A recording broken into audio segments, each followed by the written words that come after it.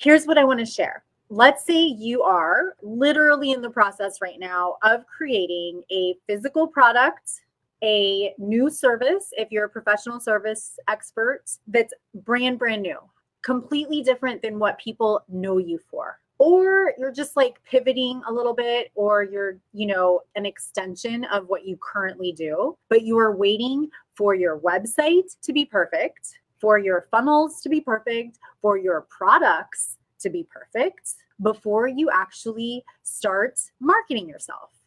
You're working backwards. And here's why. We had a client some years back, but honestly, this happens quite often. And even with my own peers that are in the business and trying something new, trying to put something out there new. And what happened was they came to us very frustrated and overwhelmed because they spent months perfecting a product. They built this amazing website, got all the tech in place. And when it was time to launch, guess what happened? Zero. Nothing happened.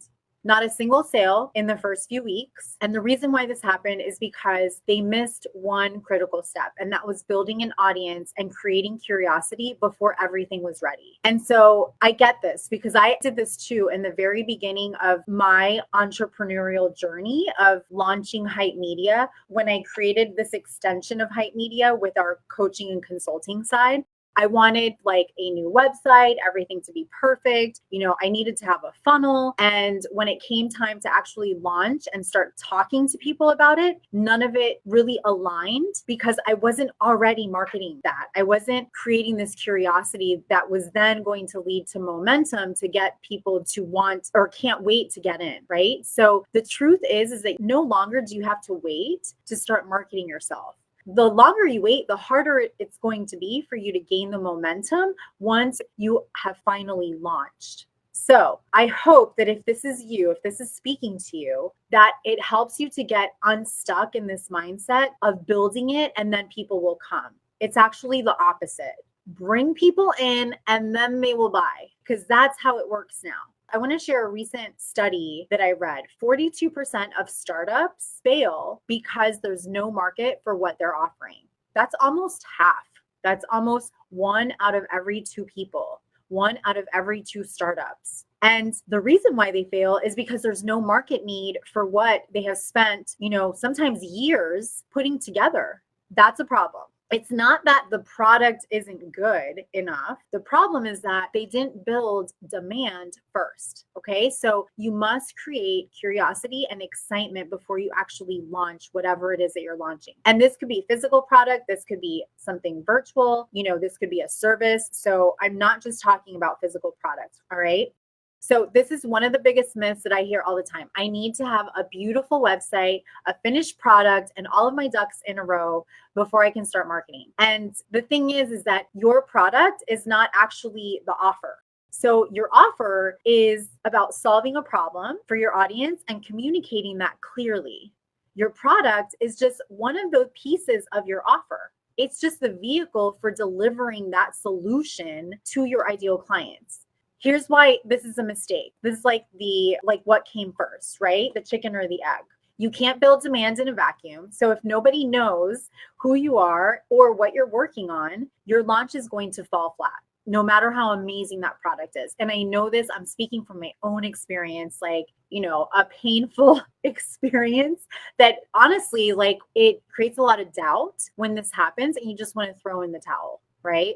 The second reason why this is a mistake is because we need to warm people up. It takes multiple touch points for someone to go from who the heck are you to I need to buy this from you right now. So if you wait until everything is perfect, you're starting really from scratch when you finally go live with what it is that you're launching. And then the third mistake is that your audience is going to help you shape your offer. So one of the smartest things that you can do is bring your audience alongside with you.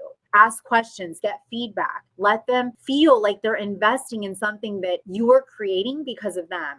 So we want our audience to actually shape our offer. All right, so here's what I want to share with you. I'm going to share 3 really simple strategies for building an audience before you actually launch. Okay, so if you're just getting started and you don't have an audience yet for whatever it is, that you're pivoting into, or maybe you do have an audience, but they're like super quiet, you haven't activated them, this is going to help you too. Here's the first thing: share social proof.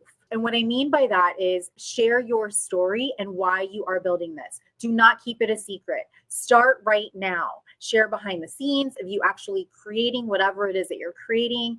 Go live, do videos, do reels where you are just sharing. You're being real, you're being raw, you're being authentic, and you're sharing your true self and what inspired you to actually build what it is that you're building. So just to give you a quick example, share what inspired you to start it in the first place.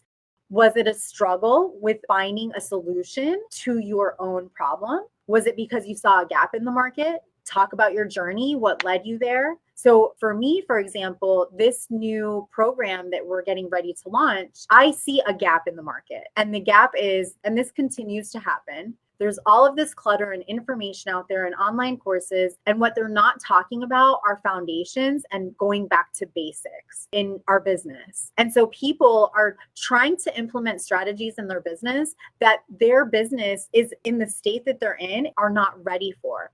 Not saying that those strategies don't work, but they're trying to go from like 1 to 5 in a matter of 30 days, right? So we have stages in our business. And so that's the gap that I've seen. So talk about that. Talk about what is the gap in the market that you've noticed that is the reason why you are building what it is that you're building.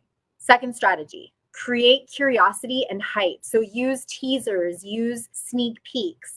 So think of kind of like movie trailers. They don't wait till the film is finished to actually, or not just the film is finished, but till there's a movie date to actually put trailers out there, right? So share behind the scenes, use teaser graphics, little snippets of your product or service as you're building it. This is going to build anticipation around what it is you are creating. And then the third strategy is engage and interact. Start to build relationships now. If you're trying to use social media to launch whatever it is that you're launching, it's time now to start building relationships, build an audience by engaging with others. Start to create a community around your personal brand, around your business, around your messaging. All right. Because here's the thing: being on social media, and I shared this in a corporate training that I did for a client, being on social media is not a one-way street. It's like dancing the dance of tango. You don't do that just with yourself, right? Usually you have a partner, and it's about creating two-way conversations. So start replying to comments, engage in other groups where your ideal clients are hanging out, start sending DMs, just like, hey, it's been a while since we've connected. I'd love to catch up.